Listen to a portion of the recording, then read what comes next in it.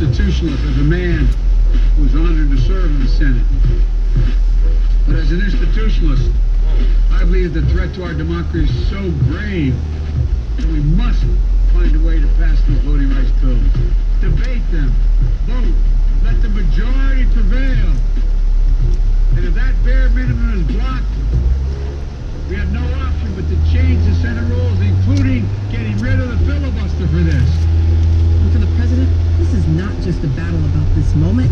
It's a question of history and of the nation's future. History has never been kind to those who've sided with voter suppression over voters' rights. And it'll be less kind to those who side with election subversion. So I ask every elected official in America, how do you want to be remembered? Consequential moments in history, they present a choice. Do you want to be the side of Dr. King or George Wallace? Do you want to be on the side of John Lewis or Bull Connor?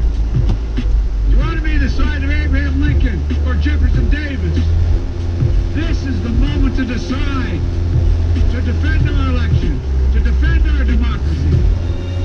I'm tired of being quiet.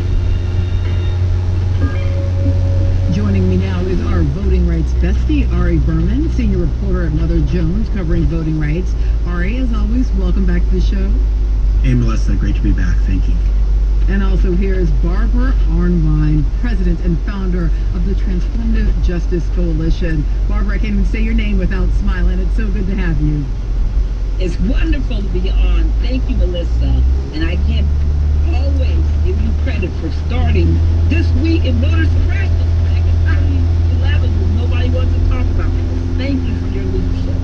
Oh, listen, I was going to say, like, having you and Ari here to continue to talk about voter suppression, voter subversion, a decade later. I mean, on the one hand, it always makes me happy to have the two of you at my table. On the other hand, it's been a decade. So Barbara, before we get to the kind of nuts and bolts policy here, I just want to start with the rhetoric, with the language, because I do feel like over the 4 years of the Trump administration, we've really talked a lot in our public conversations about how important presidential rhetoric and the bully pulpit is. When we would hear particular kinds of language from the president, even if there wasn't policy attached to it, we stopped, we paused, and we said that mattered. And I was a bit surprised to see that folks were kind of poo-pooing what the president said yesterday and saying that it didn't matter. So let me ask you, did what the president say yesterday matter? It matters if the speech is a prelude to action. The speech is just the first step. What he needs to do next is to go to the Senate and get the same speech, but in a different way. He needs to walk those halls of the Senate and pump some hands and do some talks. He needs to bring people to that White House. We need to see that today, tomorrow, this weekend, Monday. We need to see real action. Nobody told him not to speak. He says, I'm tired of being quiet. I'm like, we've been to jail. I've been arrested 3 times. We've been out in front of the White House saying, speak up on the filibuster. We've been arrested at the Hart Building saying, speak up at on the filibuster. We've been arrested in Phoenix, Arizona, trying to get Sinema to do the right thing. He needs to take a different approach here, a much more aggressive approach to make sure that this bill is passed. The speech is one thing, action is another. Okay, so Ari, let me come to you on what that strategy might look a bit like, because I wondered if there was a moment, as the president was speaking, rather than talking about Sinema and Manchin, which has been the obsession, right, kind of get the every member of the party together, he actually called out the 16 senators who previously had supported the reauthorization of the Voting Rights Act. Can you talk about whether or not, first of all, who some of those 16 are, and whether or not any of them are movable in this new political moment? Well, I can tell you that one of them is Mitch McConnell. Mitch McConnell led the effort to get Republicans to support the Voting Rights Act's reauthorization in 2006.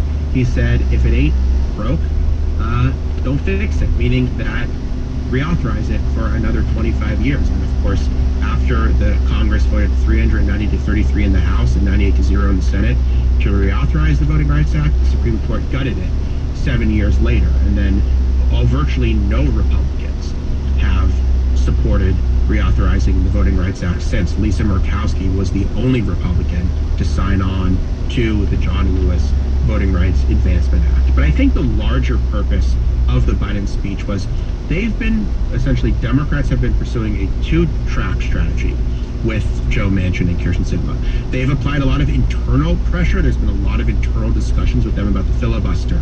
But what's been missing is the outside pressure from the White House.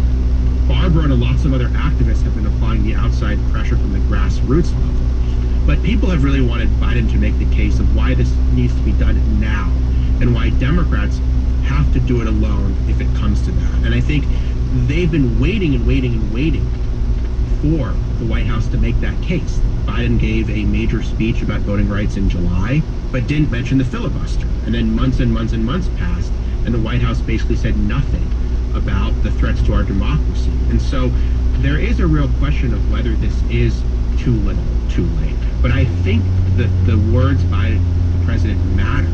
And speaking to this issue so directly, I think is important not just for swaying Manchin Sinema, but for trying to rouse the public about why this is an urgent issue as well, because I think a lot of people paid attention to January 6th and the insurrection.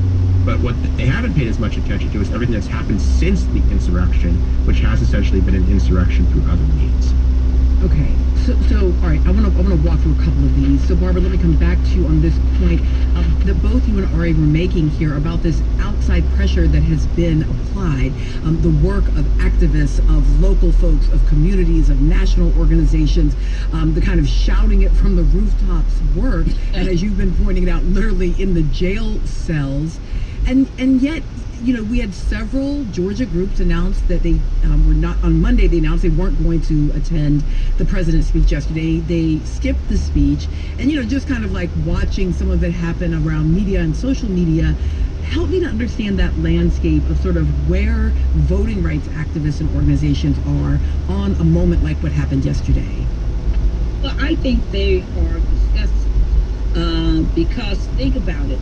This week, all the groups have been going to Lincoln County. There's a petition drive there because Lincoln County, Georgia, is trying to eliminate 6 of their 7 polling sites. 6 of their 7 polling sites. 28% African American area.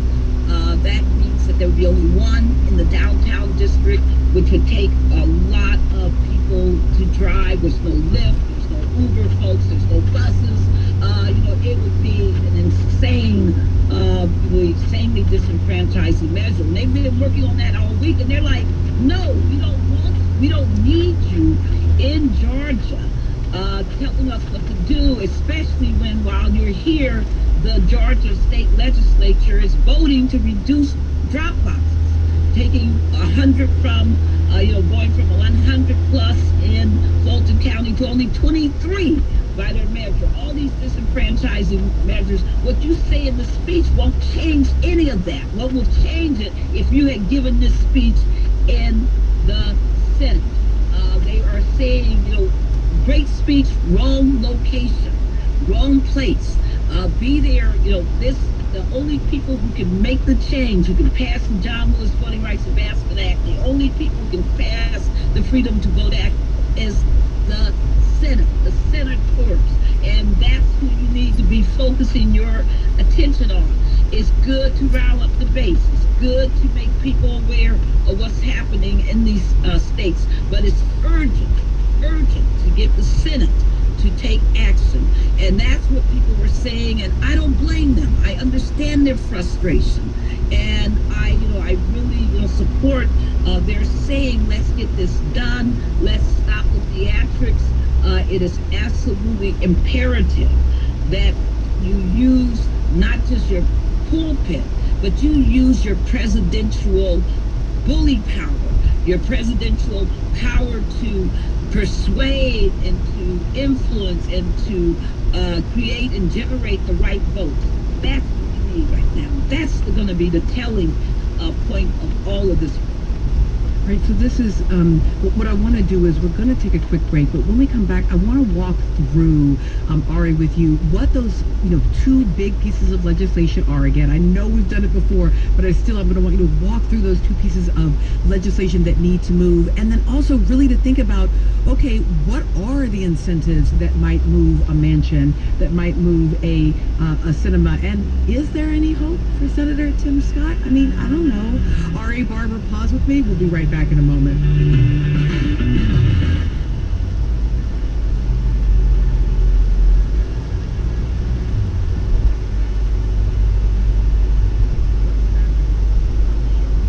Sign up for our listener response network.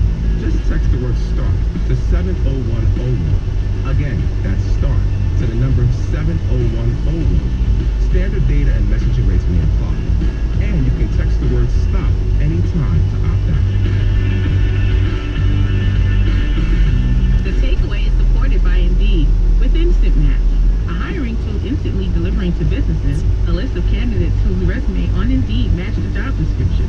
Learn more at Indeed.com/credit. Noom is here for people, providing information about how we can all stay well, physically, mentally, and emotionally, by offering support and guidance to navigate a healthy lifestyle with new challenges. More at Noom.com. And from BetterHelp Online Counseling. BetterHelp, connecting people with a therapist in a private online environment for issues like depression, anxiety, and relationships. 17,000 therapists are available through BetterHelp using a computer or smartphone. Learn more at betterhelp.com/public.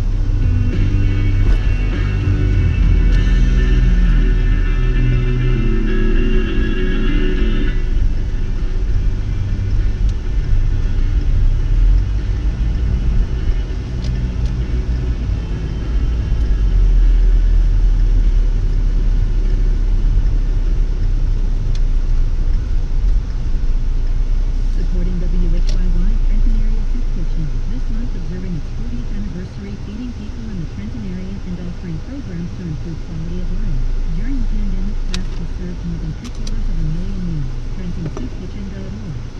And Austin and Fern Windows, an elite platinum Pella certified contractor serving the main line for 30 years.